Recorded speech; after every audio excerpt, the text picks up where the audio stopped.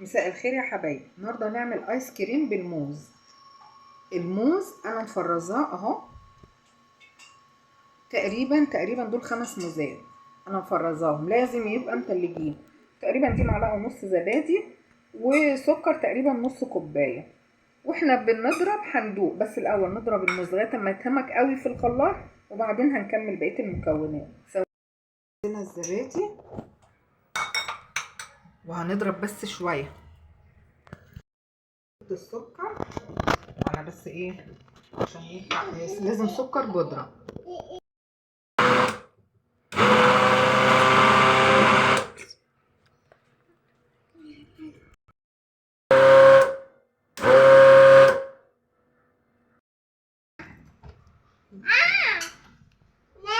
شوفوا المطة الجميلة دي.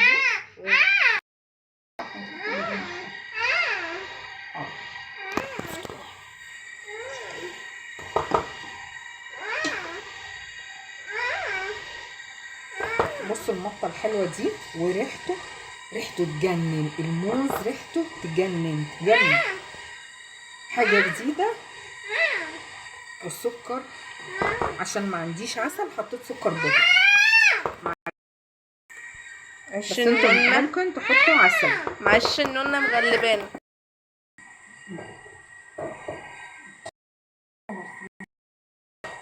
بصوا انا كنت عاملة ده اللي بالموز.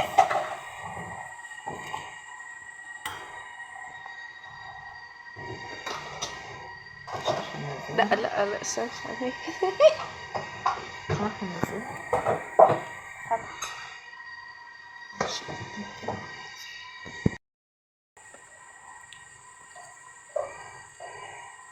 احنا بس مش عارفين نعمله بالمساكة، فنعمله اي كلام كده.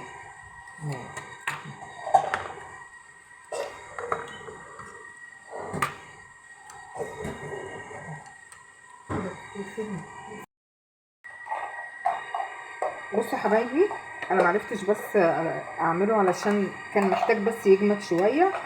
ده بالموز، ده فانيليا.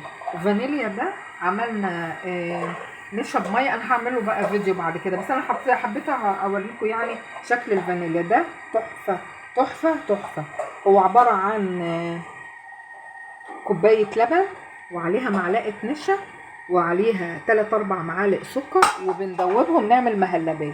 بعد ما نعمل مهلبيه نسيبها تبرد خالص، ونعمل كريم شانتيه. نص كوبايه كريم شانتيه على نص كوبايه ميه او لبن، ونعمل كريم شانتيه عادي، ونقلبهم على بعض ونجمدهم، وعليهم شعرة فانيليا. بس دي الفانيليا.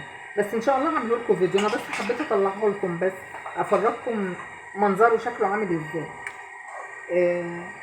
واستنوني ان شاء الله في حاجات تانية، وما تنسونيش في اللايك والشير. باي باي.